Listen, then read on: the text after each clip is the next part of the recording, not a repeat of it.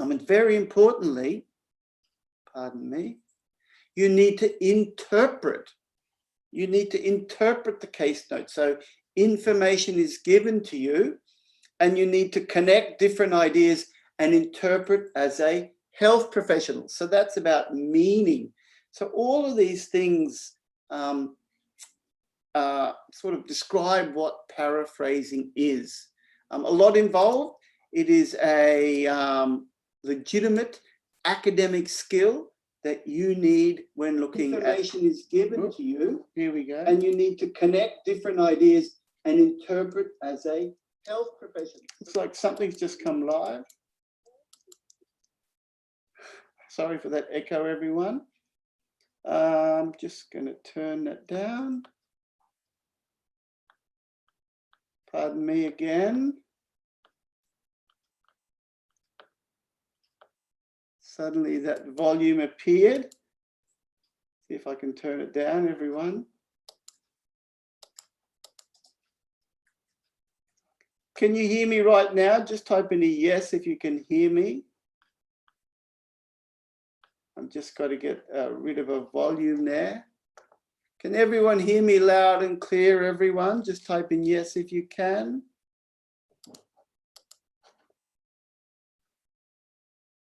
Yes, great. Okay, good. I've just had to adjust some volume. Moda says, which place are you? Yes, in Brisbane. All right. Okay, let's continue, everyone. Okay. So I've got a whole bunch of steps, everyone, a whole bunch of steps here that we're going to go through. The 8 essential steps of successful paraphrasing. So let's look at them, everyone. Let's have a look at what those steps are. So, number 1, expand. So you need to expand on the case notes. It's one of the instructions written on the writing task. Expand on the case notes. So you need to ask yourself, which words do you need to add to make a complete sentence? Articles, prepositions, and verbs are generally omitted from the case notes, but you need to input them into your letter. So rule number 1, make sure you expand. Number 2, keep. Which words are essential and should not be changed? There are keepers, everyone. Words which you're going to use in your letter. You're going to borrow them. Names of procedures, medical conditions, symptoms that the patient is experiencing. Remember, case notes are notes taken about that patient at that time. So they're accurate. So a lot of the vocabulary in the case notes you're going to keep and put into your letter. So you don't need to use synonyms for everything. Keep the relevant words. You just need to manipulate them so that they are grammatically correct in your letter. So there are keepers, everyone. Then modify.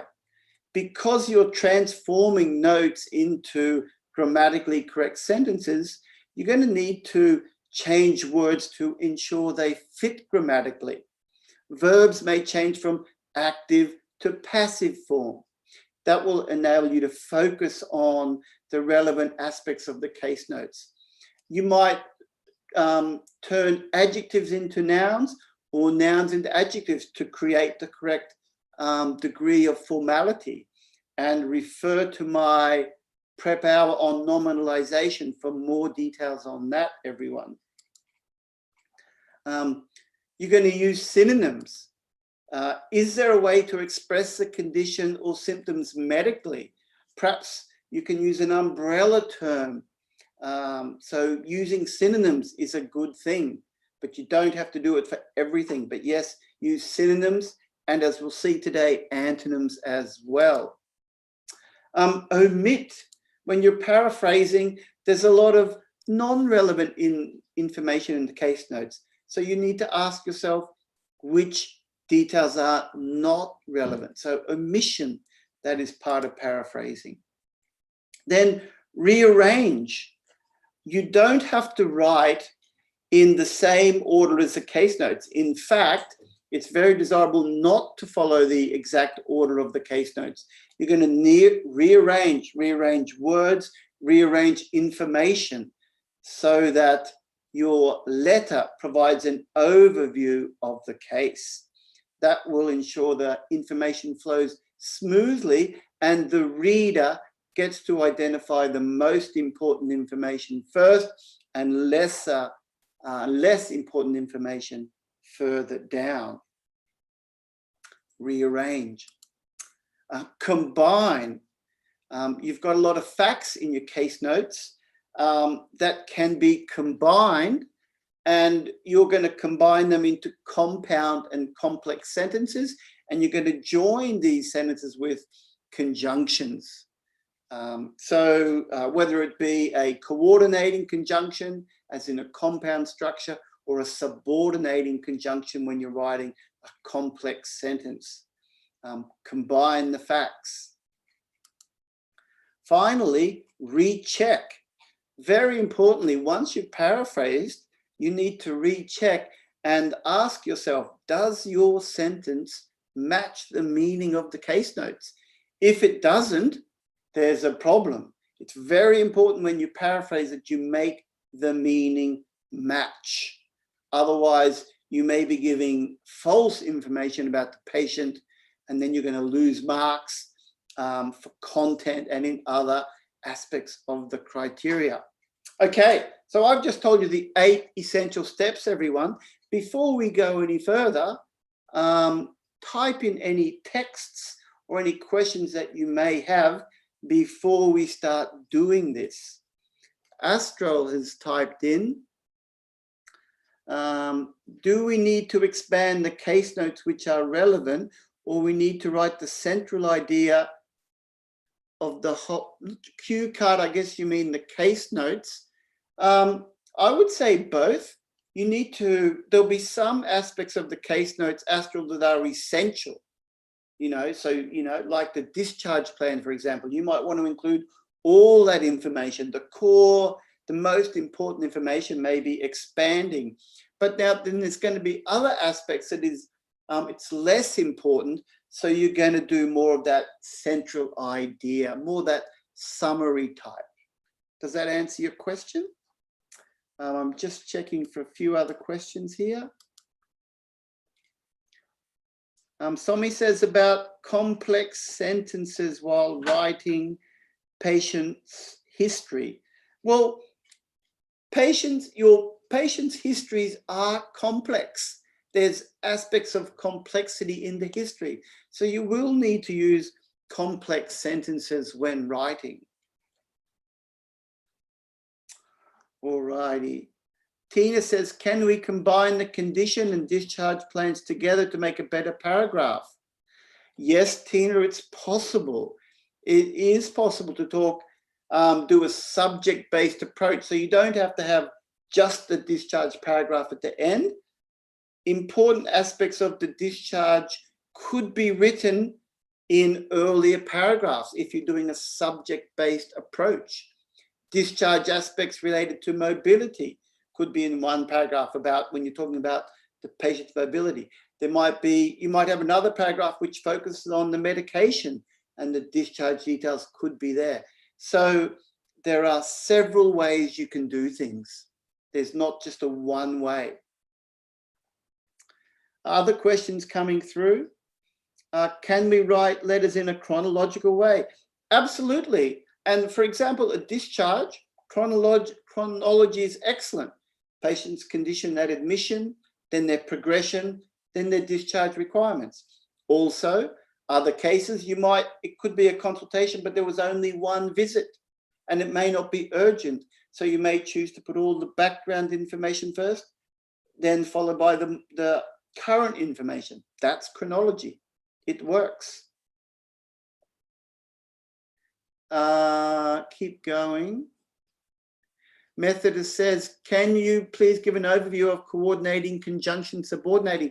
Probably not today, Methodist or Methodist Church there in Dhaka, but your coordinating conjunctions are fanboys. And the subordinating, well, there's so many subordinating conjunctions, but that's just the sort of thing that we cover in our live classes. So check out our website there, Methodist. Okay. All right, I think I'm going to move on because we're going to cover some of these things in our session, but lovely to see all your questions, everyone. Anita says, can you explain about yours sincerely and yours faithfully? Well, they're both fairly acceptable. I'm a fan of yours sincerely, but yours faithfully is used, particularly if you don't know the name of the person who you're writing to, maybe just their title. The OET Center website has a document on that one you can visit. Sarah says, can we use a veterinary medicine writing sample? Well, if you're a vet, Sarah, that's what you should be using. All right, now lots of questions coming through. I'm going to jump straight into paraphrasing, everyone. So I hope I got to answer your questions. Let's go into a bit more detail. So let's begin, everyone, and you're going to get involved in this. So look at this page, everyone. I'm just going to check the OET Center Facebook feed. See if I am on OET Center Facebook. I wasn't the last time I looked, but maybe I am now. Just a second, everybody.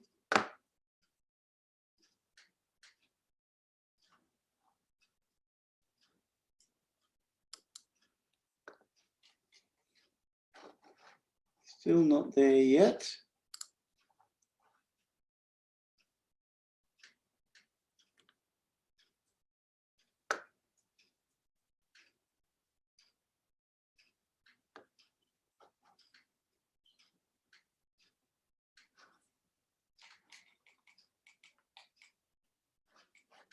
Just a sec, everyone. Apologies for this delay. Technology is fun, isn't it? See if I can get on the right page.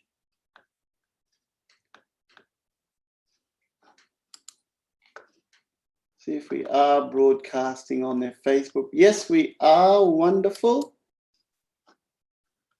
So hello to OET Center Facebook. I've got you there as well. I'll just say hello. Hello from Steve.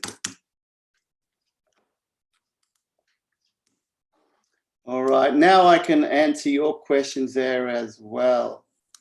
Okay, I'm going to move on, everyone. I'm glad that's all sorted. So everyone's here. Wonderful. Okay, now, so as I said before, we're looking at all of these steps. So the first one, expand, everyone. Won't do these in exact order. Which words do you need to add to make a complete sentence? So look at this one. This is allergies, everyone. We can see from this image, this person has quite a few allergies. So Mrs. Cope, nil allergies. So an incorrect sentence, Mrs. Cope has nil allergies. So can we correct that sentence, everyone? Have a go. Nil is not good here because it's Latin, not English. So that's an example of incorrect paraphrasing.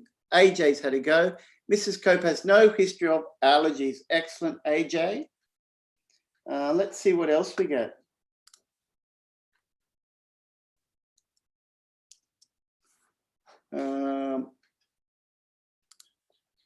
Sarah wants to, just a side topic, Sarah wants to discuss a veterinary writing sample here. Coming up, Sarah. We'll do one of those this year. So other ones, Mrs. Cope has no allergies.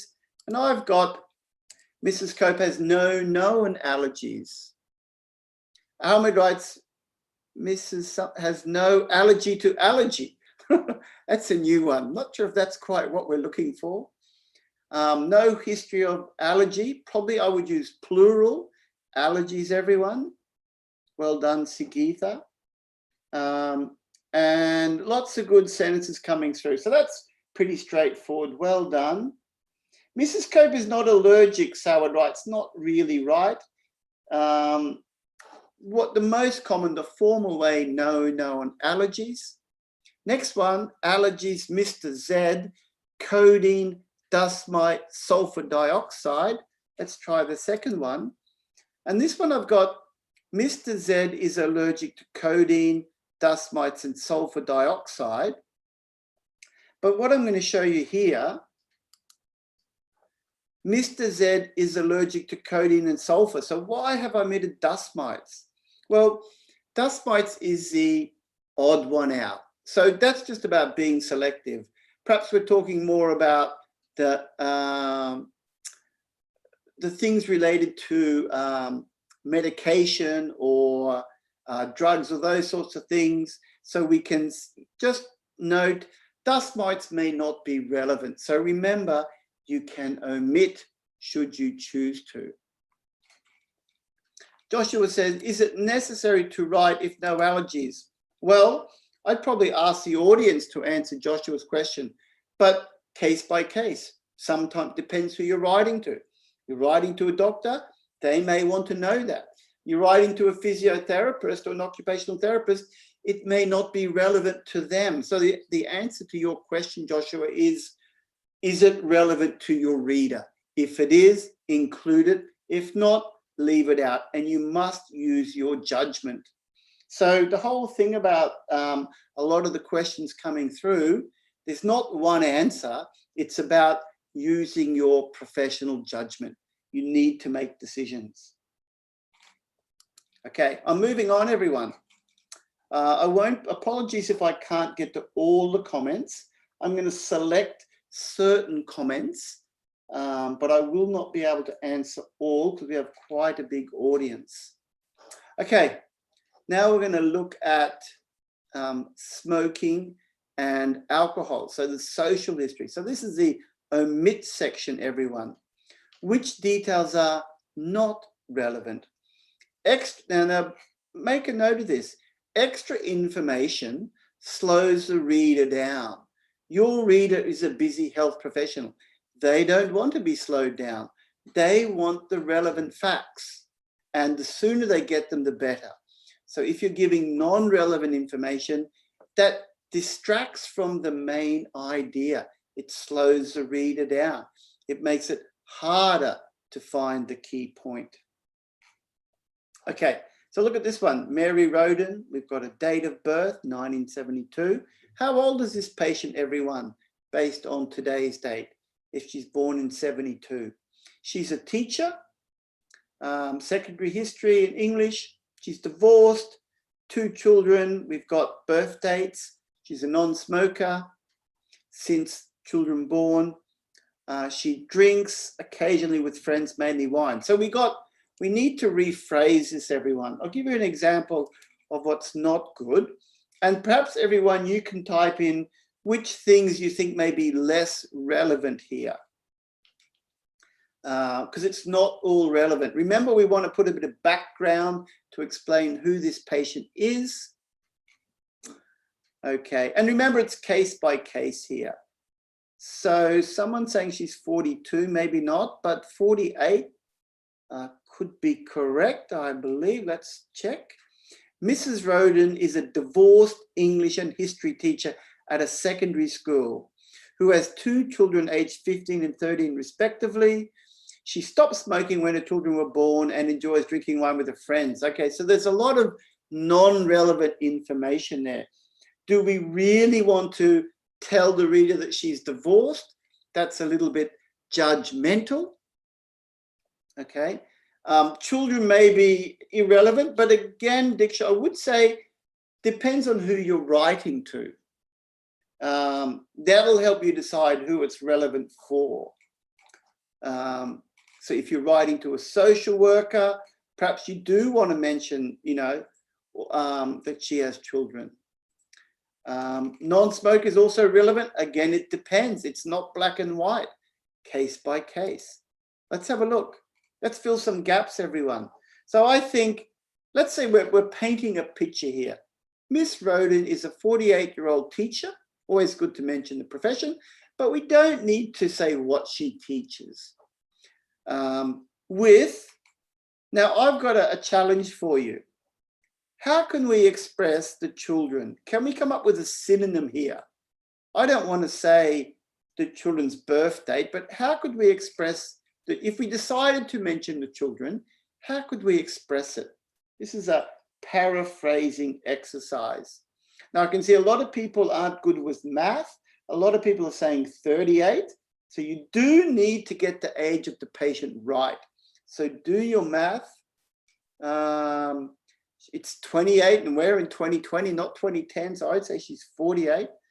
Bilal says 2 kids, but kids is informal. Let's have a look. Young children, nice try, AJ, but at 15 and 13, young is often to perhaps under 10. School-age children, now you're getting there. Dictionary, and I've got this to teenage children. All right, so we can be specific with our language. That's a good synonym. She stopped smoking. Now, it says since children are born. So give me a year. Or how long ago did she stop smoking? How long ago? How long ago? Sanya says our course is very expensive. Well, probably not, Sanya, but I get it. Depends where you're located. I actually think they're really good value and we've really dropped our prices. So the exam costs a lot of money. Big dreams. Anyway, we've got this free service for you. So hopefully that helps you. Now I've got, she stopped smoking 15 years ago. 15 years ago. So that's just another way to express it. So try that on exam day, everyone. Look for different ways to express the information. That's what paraphrasing is. And look, drinks occasionally with friends. We don't really, not so interested in what she drinks. We can say she's a social drinker. So that's paraphrasing, everyone. Lots of original terms, and that's what you've got to try to do. Okay, I'm going to keep moving on. Now let's look at this one, everyone. Let's look at omission here. Which details are not relevant? Which facts can be combined to create compound and complex sentences? So we're going to use some conjunctions here. So we've got a situation. You are a health professional in a community health centre. A patient you've been monitoring is moving to another city to live with his daughter. Okay, that's what we know. Mr. Edmund, he's got diabetes. There's a GP prescribed metformin. He's non-compliant. He resents having to take medication. And he's got a reason. Always been healthy. He appears unmotivated, takes medication intermittently, and double doses sometimes. There's a few problems with his medication. Let's have a look. So here's a poor summary. Mr. Edmonds was prescribed metformin by his GP for type 2 diabetes. He said he does not need to take the medication because he's healthy. He seems to be unmotivated and takes his medication intermittently and sometimes takes double the dose. A few typos there as well. 42 words, and it's really including too much information. How are we going to paraphrase that? Now, I'll show you. And we need some joining words, everyone. Now, while we're waiting for that, Jismi says, can we write the words drinker? Is it not judgmental? No, it's factual. Smoker, drinker. You're not, if you wanted to be judgmental, you might say a heavy drinker when you can't back that up with numbers. But simply saying someone is a type of drinker, a social drinker, is not judgmental. Okay. But be cautious with your language. If someone drinks regularly, Unisha says, if someone drinks regularly, can we say she's a heavy drinker? No, you can't. Just because you drink regularly doesn't mean you're a heavy drinker. Different meaning. Okay, let's do some joining words here. Mr. Edmund takes metformin for his type 2 diabetes. Now we need a contrast word here, everyone. Thank you, Sabatni. However, he has not been compliant with his medication. There's our coordinate, there's our conjunction. However, he has not been compliant with his medication. Something he has a history of intermittent use. So we're going to use and. So let's read that. However, he has not been compliant with his medication, comma, and has a history of intermittent use of medication and occasional double doses. Some people are writing moreover, probably avoid moreover, but here we're just going to use and. So that joins our, we've got a comma, that's our fanboys conjunction. Someone asked about conjunctions before. That's a fanboys conjunction for compound sentences. We've got a comma here to make it clear. And there it is, everyone. And look at the words, 28 words. Paraphrasing. That's what you need to do, everyone. That's what you need to do. All right, lots of good comments coming in there. Thank you, everyone, for your comments.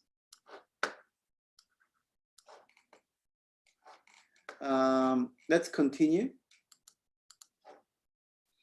Okay, we're going to rearrange this time.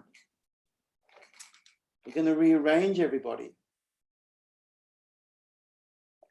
Marjan says, should we always put a comma after however? I think it's a good idea, Marjan.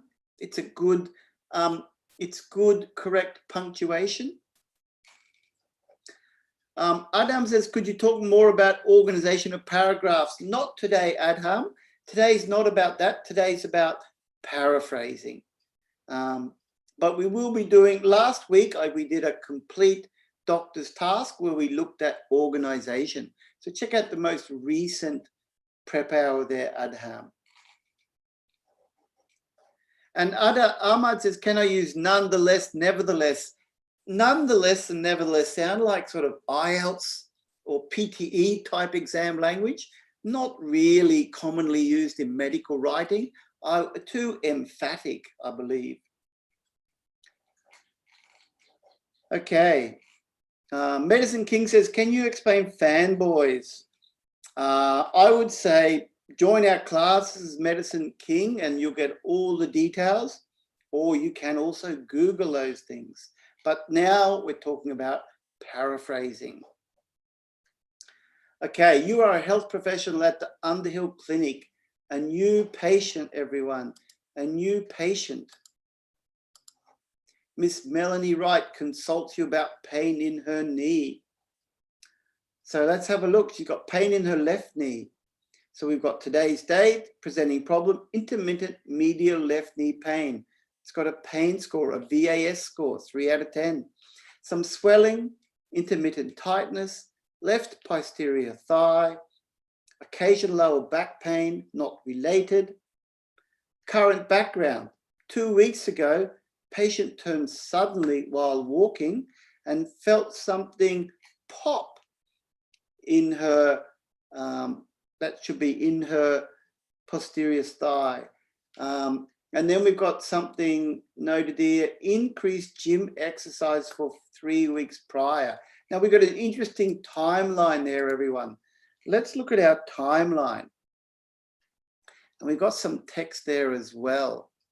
So let's look what happened first. It's all started, we've got today's date, but if we look at it closely, and this is what you always need to work out, it says here the pain started 2 weeks ago. So this is today's date, where she's got the intermittent pain. Then 2 weeks prior, 2 weeks before, 2 weeks ago, this is when it happened, the incident occurred. Patient turned suddenly while walking. So that happened here. And then before that, increased gym exercises 3 weeks prior. So we go all the way back to the 19th of August. So this is your job, everyone. This is your job. You've got to work out the timeline. In the OET exam, you've got to do some math, everyone. you've got to work out the order of events, because that's going to affect your verb tense and your signal markers. So let's look at how we write this, everyone. I'm going to fill the gaps in here. Mrs. Wright presented, and we've got grey there, we've got a date. So let's, rather than use the date, let's use today. Mrs. Wright presented today complaining of, and then we've got 2 weeks ago. So for 2 weeks ago, we're going to use complaining of a 2-week history. Nice formal expression. Complaining of a 2-week history. So we're paraphrasing, everyone. A 2-week history of intermittent medial left knee pain. And we've got 3 out of 10. That's relevant. We don't have to say mild or moderate. This is actually a physiotherapy task. So putting that numerical value is useful when writing to another physiotherapist. Okay, so she's got the pain with concomitant swelling and intermittent tightness of the left posterior thigh, expanding. The symptoms, now again, we're coming back to this date. The symptoms first occurred when she turned suddenly while walking. So look at that, first occurred, the start point. It's a good way to get that timeline we're talking about here. First occurred when she turned suddenly while walking. Continue. For 3 weeks prior to, now we've got that. What happened? For 3 weeks prior to the onset. Now that's the onset of the symptoms. For 3 weeks prior to the onset, she, now here's your chance, everyone. What word goes here? We've got the arrow up. There it is. And we've got this space. Now this is a trick, everyone. We want to use a verb tense that reflects this time period. What do we use here? 23rd, that's today. Well done, Mohammed, straight off. We're going to use our past perfect, everyone. She had increased her exercise. So Ty's written has increased. No. If we wanted to use has increased, we'd be talking about this time period. Right?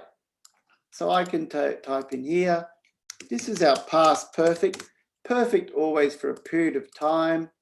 But over here is our present perfect. That's pretty clear, isn't it? That's going to tell you which verb tense to use. Okay. So challenging, isn't it? But lots of paraphrasing there, everyone. Lots of, a lot of care. And this is what you need to do with the case notes. You need to really build that skill. Practice is the key. It's challenging to put that order in a clear way. That is your challenge. Take your time, practice those skills. You need good grammatical awareness, and you really need to just build those skills, everyone. Okay, let's continue. Synonyms, everyone. Synonyms, everyone. So can anyone tell me what's happening in that image there? What's happening in that image?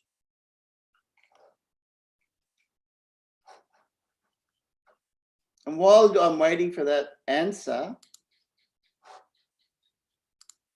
I'm just going to check some comments.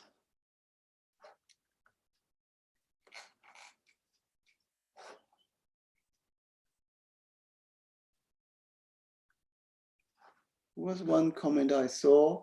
Mohammed says, what sentence length is acceptable when paraphrasing? It's case by case, Mohammed. It's like saying, how long is a piece of string? Well, it depends on the string. So can't end, it just depends. Okay. All right, yeah, I know it's a bit small. Plus, I got it. It's root canal treatment. Yes, up in the corner there. And Muda says, we'll commonly use sentences affect the mark.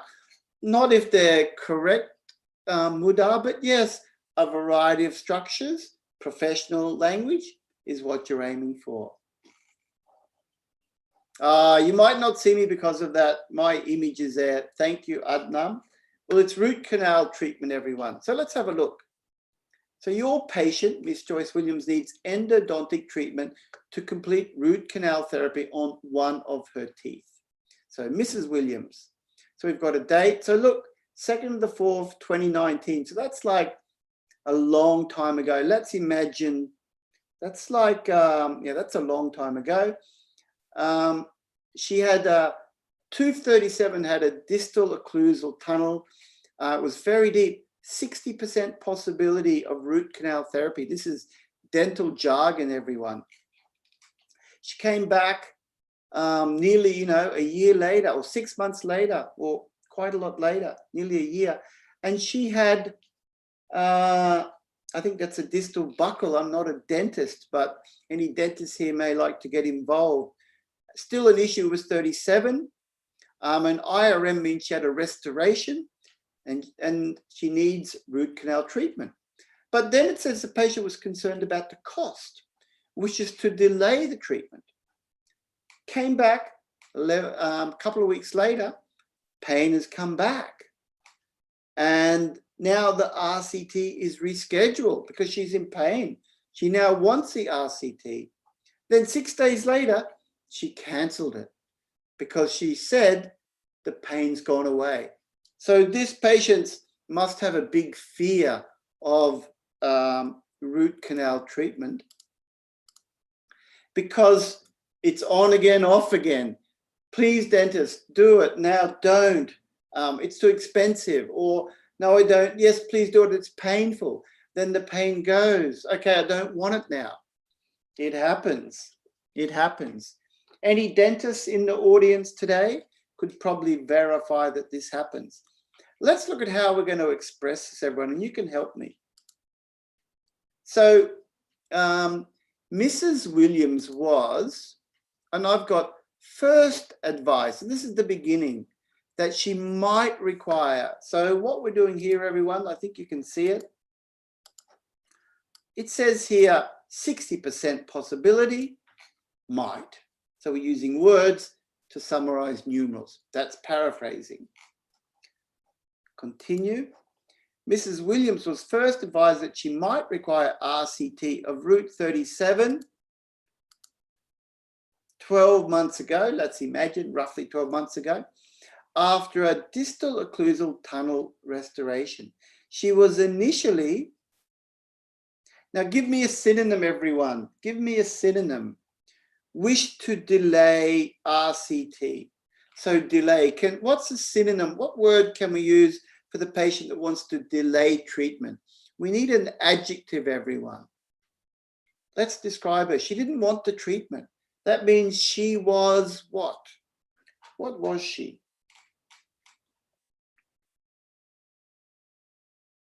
Well, the appointment was postponed, data. Unwilling, yes. Well done, Shadeen. And I've got hesitant, excellent, AJ and Marjan, reluctant. She was initially reluctant to undergo RCT due to, okay, let's try another one, everyone. Patient concerned about cost. Due to what? Asmita says procrastinate. Yes, but that's a bit judgmental, Asmita. So we wouldn't want to say the patient was procrastinating. She was concerned about the cost. Can you think of a word to express that? Financial issues. Thank you, Maksuda. Yes.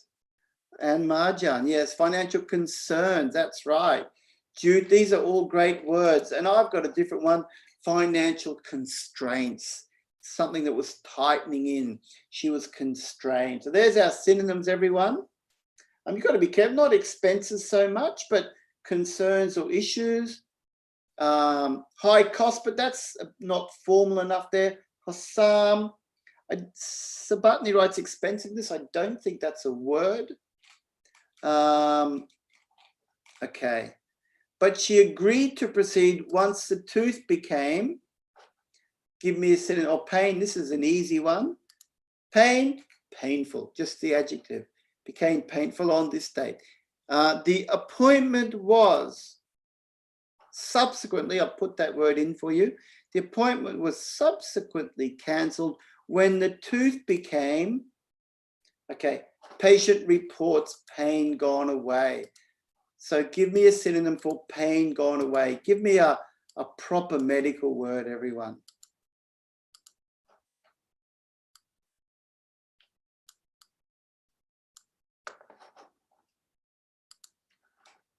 Pain-free. Yes, but I want painless is good. When the tooth pain subsided, possibly. Something else, keep trying, everyone. And a real medical word, a technical word, because it's, yes, Rena got it. Well done, Rena. Asymptomatic. This we're writing from professional to professional. So you do want to use this type of language, everyone. Professional to professional. Okay, so we didn't want, and in inverted commas, that's what the patient said you don't want to use their word. So we can use a technical word because you're a professional writing to another professional. There you have it, everyone. Really good use of synonyms. Okay. Continue. We'll do another one. Now, this one is a little bit different, everyone. Question, is there a way to express the technical terms in patient-friendly language? So this one is a letter to a patient about medication. The typical kind of letter a pharmacist would write. Type in yes if you're a pharmacist watching this. Pharmacists often have to write to patients explaining details about their medication. And we don't want to use too much technical jargon in these cases. So we've got Panadine Fort, and we've got a lot of information there. I'll sort of go through this together. So here's our paragraph. Panadine Fort has been prescribed for pain relief and should be taken. So we've got this word, Panadine Fort, 500 mg, max 4 hourly, PRN. Okay, here's my first challenge for you. PRN, everyone. Give me a synonym for PRN. Your patient won't know PRN. How will you express PRN? It should be taken cautiously. Nice try, Maxuda. Regularly, I don't think so. Yeah, as needed, when required. Now we're getting it. Or as required, as necessary. These are all correct. Yep, it's a standard medical one. And then it says, but max 4 hourly. That's a bit harder. But max 4 hourly. That's note form. You've got to expand. You've got to expand. But max 4 hourly. That's a hard one, everyone. Ask that right, as per required. No, we don't need the per, as required.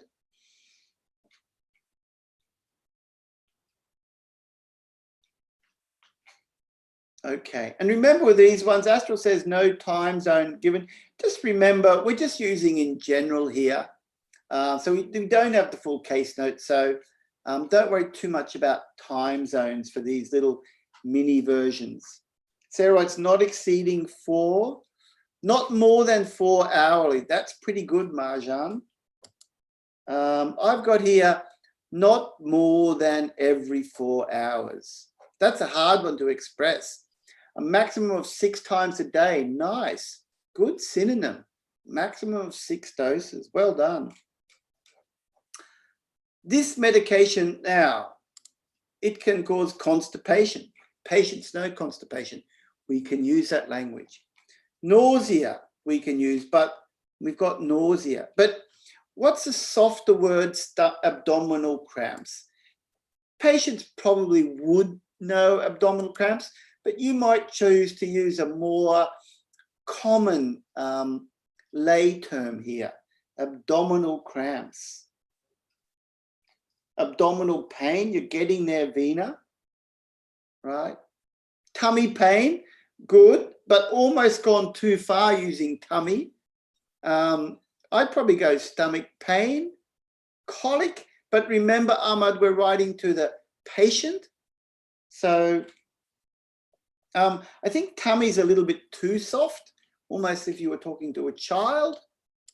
I've got here stomach aches, yeah? It can cause stomach aches, and a lot of people wrote that. Abdominal discomfort is good, Farouk. That's a good expression. And Scarlett, well done. Okay.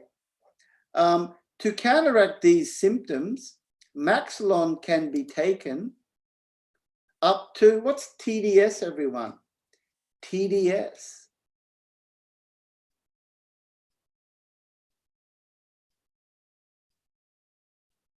TDS, everyone.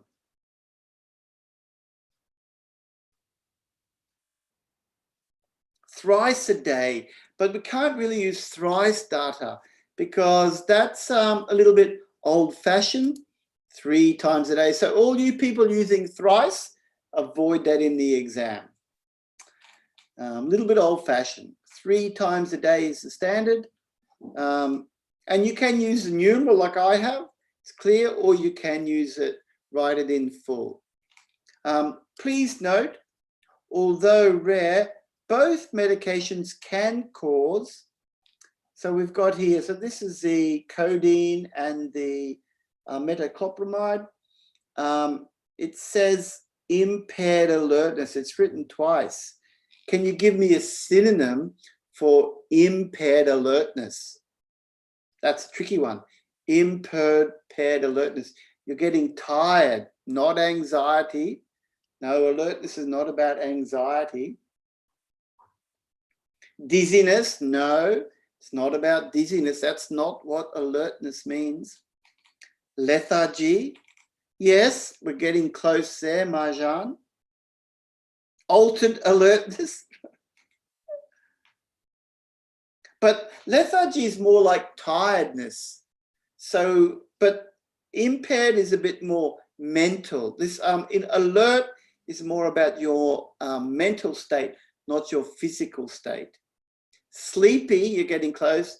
Methodist, well done. Drowsiness, everyone, drowsiness. That's the word. So build up that vocabulary. Not really confusion, not necessarily quite accurate there. Some good words coming in, but you remember we're writing to a patient here, everyone. So we want to use less formal. So drowsiness was our word. And look at that, everyone. Just like that, time's gone up. And we've only looked at a few cases, everyone. We've only looked at a few cases. So I'm going to skip that one, everyone. I'll save that for another one. Wow. Paraphrasing. It's a lot of work.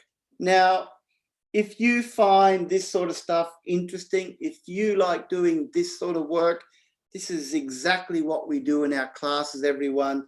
We've got classes Monday to Friday, 2 times a day, AM and PM, suits all regions. So if you want to get into more of this sort of stuff to build your skills, this is exactly what we're doing in our live classes. And the more you do it, the better you get. Build those skills. That's how it works. And clearly, it's challenging to write medical referral letters at that professional level. So hard work, focus, 8 hours a day study, whatever your timeline is, just have a planned approach and build those skills step by step. And if you do want a school to help you, come to OET online. Methodist says, where to watch these classes? You've got to enroll in a course there, Methodist. If you enroll in a course, then you'll receive these live classes, everyone. And really affordable, everyone. These are all in Australian dollars, not US dollars. So look at our courses, everyone. Starts with the economy, just Australian, $99. That's all it costs. You're going to get 2-month access and you're going to get unlimited live classes. Wow. Think about that. That's a lot. Turbo, a little bit more. You get your 2-month access and you get 3 writing corrections to get you on track. Really nice.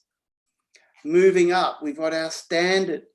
You're getting more content here. 6 corrections, a private speaking class, lots of reading, listening material, 4-month access, $2.99. Keep going up, platinum, 6-month access, more, 9 correction, 2 speaking classes, lots of reading and listening, just Australian, $4.39. Can't go wrong. Our ultimate, very popular course for those people who, if it fits your financial situation, unlimited access, the 12 months, full range, 12 corrections. So you decide what's best for you, but we have done our best to make our courses affordable. Just go to oetonline.net.au, everyone. I'll just drop that website in case you need it. Remember, we've got our free trial course, everyone. I'll tell you all where that is in case you don't know. Let's just bring that up, everyone. The last thing to wrap this up. This is us, everyone, OET Online. You want to see what it's all about? Check out our free trial course. You can even do a trial class here on Zoom. All our classes are on Zoom, everyone. So check out our free trial course. And then if you like what you see and it fits your range, come and join us online, everyone. Come and join us online. All right, great audience today. Thank you all for coming. And we'll see you somewhere live and online. And for those people who've got an exam coming up on this Friday, 25th, or Saturday, 26th, I wish you good luck and see you next time. Bye for now.